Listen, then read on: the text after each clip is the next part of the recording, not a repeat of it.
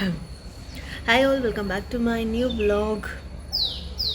So ಹುಷಾರಿಲ್ಲದೆ ಇರೋ ಕಾರಣ ಏನೂ ವೀಡಿಯೋಸ್ ಆಗಲಿ ಏನೂ ಅಪ್ಲೋಡ್ ಮಾಡೋಕ್ಕಾಗ್ತಿಲ್ಲ. ಶೂಟೇ ಮಾಡಿರಲಿಲ್ಲ. ಆ್ಯಕ್ಚುಲಿ ಇವಾಗಲೇ ನಾನು ವ್ಲಾಗ್ ಸ್ಟಾರ್ಟ್ ಮಾಡ್ತಾ ಇರೋದು. ಹುಷಾರಿಲ್ಲ, ಸ್ವಲ್ಪ ಕೋಲ್ಡ್ ತಲೆಭಾರ ಎಲ್ಲ ಇತ್ತು. ಹಾಗಾಗಿ ನಾನೇನು ವೀಡಿಯೋಸ್ ತೊಗೊಂಡಿರಲಿಲ್ಲ ಯಾವುದೇ ಥರದ್ದು. ಸೊ ಈಗ ಬ್ರೇಕ್ಫಾಸ್ಟ್ ಮಾಡ್ಕೊಂಡು ಬಂದೆ. ರಾಗಿ ರೊಟ್ಟಿ ಹಾಗೂ ಚಟ್ನಿ ಮಾಡಿದ್ದೆ, ತೋರಿಸ್ತೀನಿ ಅದನ್ನು. ನೆಕ್ಸ್ಟ್ ಅಪ್ಕಮಿಂಗ್ ಕ್ಲಿಪ್ಪಿಂಗ್ಸಲ್ಲಿ ಹಾಕಿರ್ತೀನಿ ಅಷ್ಟೇ. ದೆನ್ ಮಧ್ಯಾಹ್ನಕ್ಕೆ ದಾಲ್ ಕಿಚಡಿ ಮಾಡೋಣ ಅಂದ್ಕೊಂಡಿದ್ದೀನಿ. ಅದಕ್ಕೂ ಎಲ್ಲ ಸ್ವಲ್ಪ ರೆಡಿ ಮಾಡಿಟ್ಬಿಟ್ಟು ಬಂದಿದ್ದೀನಿ, ಸ್ವಲ್ಪ ರೆಸ್ಟ್ ಮಾಡೋಣ ಅಂತ. ಅಷ್ಟೇ, ಸಿಗುವ ಆಮೇಲೆ.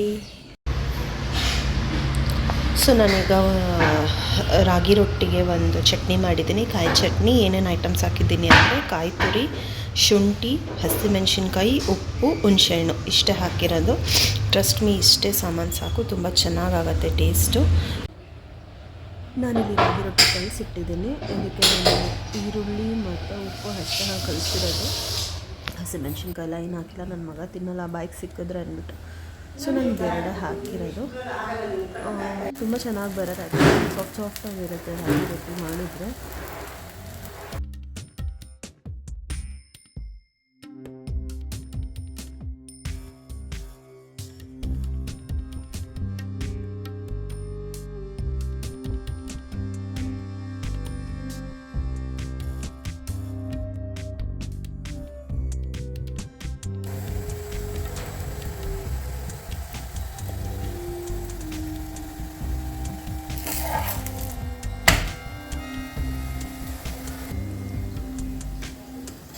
ಸೊ ಬಿಸಿ ಬಿಸಿ ರಾಗಿ ರೊಟ್ಟಿಗೆ ಸ್ವಲ್ಪ ತುಪ್ಪ ಹಾಕೊಂಡು ತಿಂದರೆ ತುಂಬ ಚೆನ್ನಾಗಿರುತ್ತೆ. Ragi roti is my go to food. ಯಾವಾಗಲೂ ಎನಿ ಟೈಮ್ ಕೊಟ್ಟರು 3 ಹೊತ್ತು ತಿಂತೀನಿ ರಾಗಿ ರೊಟ್ಟಿ, ಅಷ್ಟಿಷ್ಟ ನನಗೆ. ಸೊ ಅಷ್ಟೇ. ಸೊ ಮಧ್ಯಾಹ್ನ ಬಂದು ಸೀಬೆಹಣ್ಣು ತಿಂದಿದ್ದೆ. ಸೀಬೆಹಣ್ಣು ತಿಂದಿದ್ದಕ್ಕೆ ಇನ್ನೂ ಸ್ವಲ್ಪ ಕೋಲ್ಡ್ ಜಾಸ್ತಿನೇ ಆಗೋಯ್ತು ಆ್ಯಕ್ಚುಲಿ ನನಗೆ. ಸೊ ಮಧ್ಯಾಹ್ನಕ್ಕೆ ನಾನು ದಾಲ್ ಕಿಚಡಿ ಮಾಡ್ಕೊಂಡಿದ್ದೆ. ಸೊ ಟ್ಯಾಬ್ಲೆಟ್ ತೊಗೊಂಡು ಮಲ್ಕೊಂಡು ಸ್ವಲ್ಪ ರೆಸ್ಟ್ ತೊಗೊಂಡು ಅಡುಗೆ ಮಾಡಿದೆ. ನಾನೇನು ಇನ್ ಡೀಟೇಲಾಗಿ ಅಡುಗೆದು ಶೂಟ್ ಮಾಡಿಲ್ಲ, ಬಟ್ ಇನ್ ಕೇಸ್ ಇನ್ ಫ್ಯೂಚರಲ್ಲಿ ನಾನು ಮತ್ತೆ ದಾಲ್ ಕಿಚಡಿ ಮಾಡೋ ರೆಸಿಪಿ ಶೂಟ್ ಮಾಡ್ತೀನಿ. ಸೊ ಇವತ್ತು ಕೃಷ್ಣ ಜನ್ಮಾಷ್ಟಮಿ ಆಗಿರೋದ್ರಿಂದ ನನ್ನ ಮಗಂದು ಒಂದು ವಿಡಿಯೋ ಅಪ್ಲೋಡ್ ಮಾಡ್ತೀನಿ. ಸೊ ಎಂಜಾಯ್ ಮಾಡಿ ನೋಡಿಕೊಂಡು.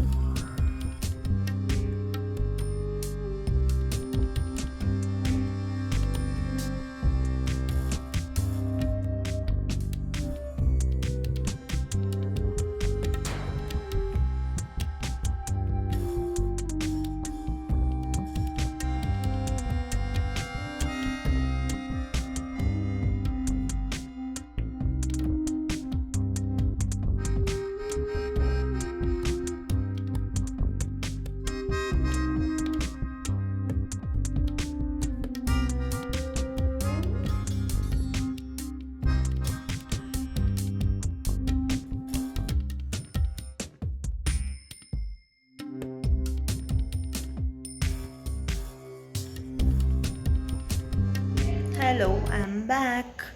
ಸೊ ಸ್ವಲ್ಪ ರೆಸ್ಟ್ ಮಾಡಿ ಈಗ ಫ್ರೆಶ್ ಅಪ್ ಆದೆ. ಸೊ ಏನಾದರೂ ತಿನ್ನೋಣ ಅಂತ ಆಸೆ ಆಗ್ತಿತ್ತು. ಹೊರಗಡೆ ಎಲ್ಲ ಹೋಗಿ ತಿಂದರೆ ಸೀರಿಯಸ್ ಆಗಿ ಚೆನ್ನಾಗಿ ಬೈಸ್ಕೊತೀನಿ. ಹಾಗಾಗಿ ಮನೇಲಿ ಏನಾದರೂ ಕುಕ್ ಮಾಡೋಣ ಅಂದ್ಕೊಂಡೆ.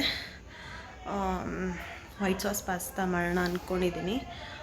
ನಮ್ಮ ಮನೇಲಿ ಎಲ್ಲರಿಗೂ ಇಷ್ಟ ವೈಟ್ ಸಾಸ್ ಪಾಸ್ತಾ ಅಂದರೆ. ನನ್ನ ಮಗನಿಗಂತೂ ಸಿಕ್ಕಾಪಟ್ಟೆ ಫೇವ್ರೆಟ್ ಅದು. ತುಂಬ ಈಸಿ ಆ್ಯಂಡ್ ಕಮ್ಮಿ ಇಂಗ್ರೀಡಿಯೆಂಟ್ಸಲ್ಲೇ ಕ್ವಿಕ್ಕಾಗಿ ಮಾಡ್ಬೋದು. ಒಂದು 1/2 ಅವರ್ ಇದ್ದರೆ ಸಾಕು, ಫಟಾಫಟ್ ಅಂತ ವೈಟ್ ಸಾಸ್ ಪಾಸ್ತಾ ರೆಡಿ ಆಗಿಬಿಡುತ್ತೆ. ಬನ್ನಿ ತೋರಿಸ್ತೀನಿ ಹೇಗೆ ಮಾಡೋದು ಅಂತ. Okay, let's begin white sauce pasta. So ನಾನಿಲ್ಲಿ ಯೂಸ್ ಮಾಡ್ತಾ ಇರೋದು ಪೆನಿ ಪಾಸ್ತಾ. ಇದು ವೀಟ್ ಪಾಸ್ತಾ 100% ಅಂತ. ಸೊ ಮೈದಾ ಯೂಸ್ ಮಾಡ್ತಾ ಇಲ್ಲ. ಈ ಕಪ್ಪಲ್ಲಿ 1 ಬೌಲಷ್ಟು ತೊಗೊಂಡಿದ್ದೀನಿ ಪಾಸ್ತಾನ. ಬಾಯ್ಲ್ ಆಗ್ತಿರೋ ನೀರಿಗೆ ಪಾಸ್ತಾನ ಆ್ಯಡ್ ಮಾಡ್ತಾ ಇದ್ದೀನಿ. ಸೊ ಇದು ಒಂದು 20 ಮಿನಿಟ್ಸ್ ಬೇಕು ಕುಕ್ ಆಗೋಕ್ಕೆ.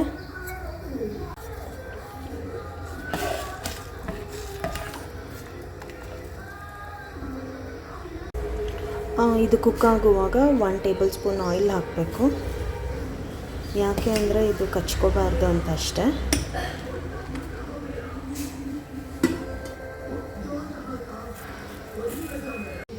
ಐಟಮ್ಸ್ ಏನೇನು ಬೇಕು ಅಂದರೆ ಬೆಳ್ಳುಳ್ಳಿ 2 ಸ್ಪೂನಷ್ಟು ಫೈನ್ಲಿ ಚಾಪ್ ಮಾಡಿರೋದು, ದೆನ್ ಮೈದಾ 2 ಸ್ಪೂನ್ಸ್ ತೊಗೊಂಡಿದ್ದೀನಿ, ಮತ್ತು ಸ್ವಲ್ಪ 1 ಟೇಬಲ್ ಸ್ಪೂನ್ ತುಪ್ಪ ಬೇಕಾಗತ್ತೆ. ಆ್ಯಕ್ಚುಲಿ ಬಟರ್ ಹಾಕಬೇಕು, ನನ್ನ ಹತ್ರ ಬಟರ್ ಇರಲಿಲ್ಲ. ಇದು ಬಂದು ಆರಿಗ್ಯಾನೋ ಮತ್ತು ಚಿಲ್ಲಿ ಫ್ಲೇಕ್ಸ್ ಡೊಮಿನೋಸಲ್ಲಿ ಪಿಜ್ಜಾ ಕೊಟ್ಟಿರ್ತಾರಲ್ಲ, ಸೊ ನಾನು ಸ್ಟೋರ್ ಮಾಡಿಟ್ಟಿದ್ದೆ, ಹಾಗಾಗಿ ಇವಾಗ ಅದನ್ನು ಯೂಸ್ ಮಾಡ್ಕೋತೀನಿ, ಆರಿಗ್ಯಾನೋ ಮತ್ತು ಚಿಲ್ಲಿ ಫ್ಲೇಕ್ಸ್. ಸೊ ಇಷ್ಟು ಐಟಮ್ಸ್ ಬೇಕಾಗತ್ತೆ ಪಾಸ್ತಾ ಮಾಡೋಕ್ಕೆ. ಸೊ ನಾನಿಲ್ಲಿ ಮೇಯ್ನ್ ಐಟಮ್ ಹೇಳೋದೇ ಮರ್ತದೆ, ಹಾಲು ಬೇಕು, 1.5 ಗ್ಲಾಸ್ ಹಾಲು ಬೇಕು. ಹಸಿ ಹಾಲಾದರೂ ಓಕೆ, ಬಾಯ್ಲ್ ಆಗಿರೋ ಹಾಲಾದರೂ ಓಕೆ. ನಾನಿಲ್ಲಿ ಬಾಯ್ಲ್ ಆಗಿರೋ ಮಿಲ್ಕ್ ತೊಗೊಂಡಿದ್ದೀನಿ. ಸೊ 5 ಮಿನಿಟ್ಸ್ ಇನ್ನು ಬಾಯ್ಲ್ ಆದರೆ ಆಗಿದೆ. ಆಲ್ರೆಡಿ ಮುಕ್ಕಾಲು ಬೆಂದಿದೆ, ಇನ್ನೊಂದು ಚೂರು ಬಾಯ್ಲ್ ಆದರೆ ಸಾಕು. ಸೊ ಹೇಗೆ ನಮಗೆ ಬಾಯ್ಲ್ ಆಗಿದೆ ಅಂತ ಗೊತ್ತಾಗತ್ತೆ ಅಂದರೆ ಕೈಯಲ್ಲಿ ಈಸಿಗೆ ಬ್ರೇಕ್ ಆಗಬೇಕು, ಆಗ ಅದು ಕುಕ್ ಆಗಿದೆ ಅಂತ. ಬಟ್ ಇದು ಈಗಲೇ ಬ್ರೇಕ್ ಆಗ್ತಾಯಿಲ್ಲ, ಇನ್ನೊಂದು 5 ಮಿನಿಟ್ಸ್ ಬಾಯ್ಲ್ ಆದರೆ ಆಗಿರುತ್ತೆ. ಸೊ 20 ಮಿನಿಟ್ಸ್ ಆಗಿದೆ, ಚೆನ್ನಾಗಿ ಕುಕ್ ಆಗಿದೆ, ಬ್ರೇಕ್ ಆಗ್ತಾಯಿದೆ. ಆ್ಯಕ್ಚುಲಿ ನಾನು ಕೈಯಲ್ಲಿ ವಿಡಿಯೋ ಮಾಡ್ಕೊಂಡು ನನ್ನ ಕೈಯಲ್ಲಿ ತೋರಿಸ್ತಾ ಇದ್ದೀನಿ, ಸೊ ಕಟ್ ಮಾಡೋಕ್ಕಾಗ್ತಿಲ್ಲ, ಪ್ಲೀಸ್ ಎಕ್ಸ್ಕ್ಯೂಸ್. ಸೊ ಈ ಥರ ಆಗಿದೆ.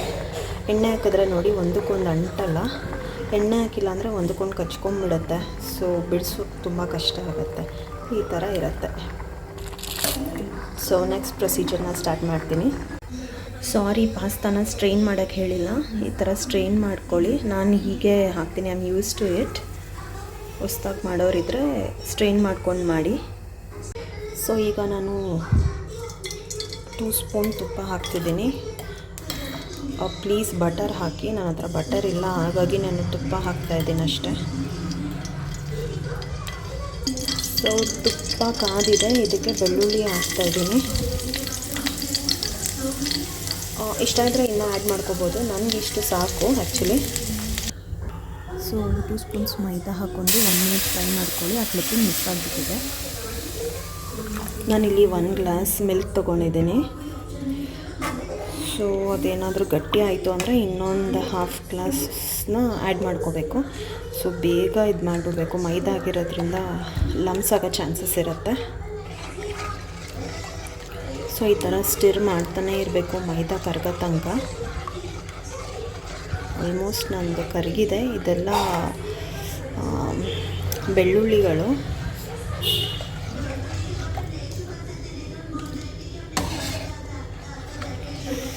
ಸ್ಟಿಲ್ 1 ಮಿನಿಟ್ ಇನ್ನು ಸ್ಟಿರ್ ಮಾಡೋಣ. ನನಗೆ ಯಾಕೋ ಸ್ಯಾಟಿಸ್ಫ್ಯಾಕ್ಷನ್ ಆಗ್ತಿಲ್ಲ ಮೈದಾ ಇದಾಗಿದೆ ಅನ್ನೋದು. Yes, this is fine. ಈಗ ಆಗಿದೆ ಆಲ್ಮೋಸ್ಟ್. ಸೊ ಗಟ್ಟಿ ಆಗ್ತಿದೆ ಹಾಲು. ಇನ್ನೊಂದು 1/2 ಗ್ಲಾಸ್ ಆ್ಯಡ್ ಆನ್ ಮಾಡ್ತೀನಿ ನಾನು ಮತ್ತೆ.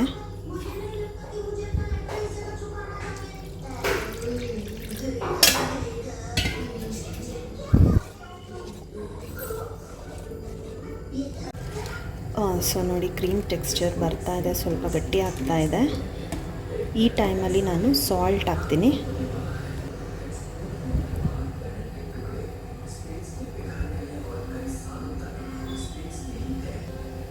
ಆ್ಯಕ್ಚುಲಿ ಪೆಪ್ಪರ್ ಹಾಕಬೇಕು, ನಾನು ಆಗಲೇ ಹೇಳೋದು ಮರ್ತಿದ್ದೆ. ಸ್ವಲ್ಪ ಪೆಪ್ಪರ್, ಆರಿಗ್ಯಾನೋ,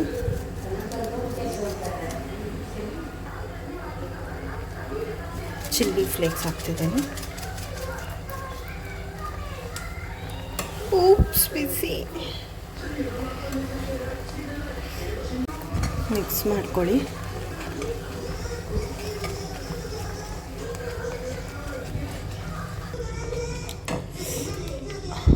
ಎಸ್, ಕ್ರೀಮಿ ಟೆಕ್ಸ್ಚರ್ ಬಂದಿದೆ ಈಗ. ಇದು ಒಂದು ಸ್ವಲ್ಪ ಕುದ್ರೆ ಸಾಕಿದು.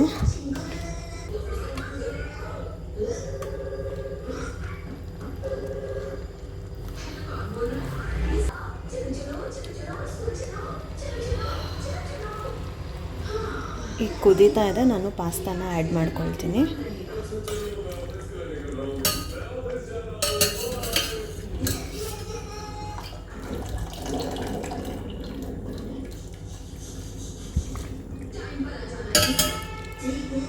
ಎಸ್, ಮಿಕ್ಸ್ ಮಾಡ್ಕೊಳ್ಳಿ. Tasty and delicious pasta is getting ready actually. Wow, ನೋಡೋಕ್ಕೊಂದು ಸಖತ್ತಾಗಿದೆ. ಬಟ್ ಇನ್ ಕೇಸ್ ನಿಮಗೆ ಈ ಟೈಮಲ್ಲಿ ಏನಾದ್ರು ನಿಮಗೆ ಗಟ್ಟಿ ಆದರೆ ಇನ್ನೊಂದು ಸ್ವಲ್ಪ ಮಿಲ್ಕ್ ಆ್ಯಡ್ ಮಾಡ್ಕೋಬೋದು. And also you can add capsicum add ಮಾಡ್ಕೋಬೋದು. ಆಮೇಲೆ ಸ್ವೀಟ್ ಕಾರ್ನ್ ಬಾಯ್ಲ್ ಮಾಡಿನೂ ಆ್ಯಡ್ ಮಾಡ್ಕೋಬೋದು. ಸೊ ನಾನು ಅದು ಯಾವುದೂ ಇಲ್ಲ ಮನೆಯಲ್ಲಿ, ಹಾಗಾಗಿ ಇಷ್ಟಕ್ಕೆ I am ending. Guys, it's almost ready ಆಗಿದೆ. ಸೊ ನಾನಿದು ಫೈನಲ್ ಟಚಪ್ಗೆ ಒಂದು ಸ್ಲೈಸ್ ಆಫ್ ಚೀಸ್ನ ಆ್ಯಡ್ ಮಾಡ್ತಾಯಿದ್ದೀನಿ. ಸೊ ಇದನ್ನು ಮಿಕ್ಸ್ ಮಾಡಿದ್ರೆ ready to serve and ready to eat the tasty pasta.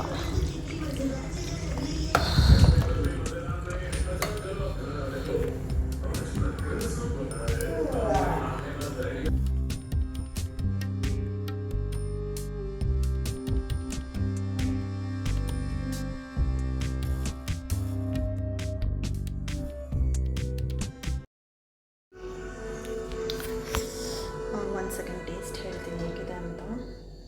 God, ಬಿಸಿದೆ.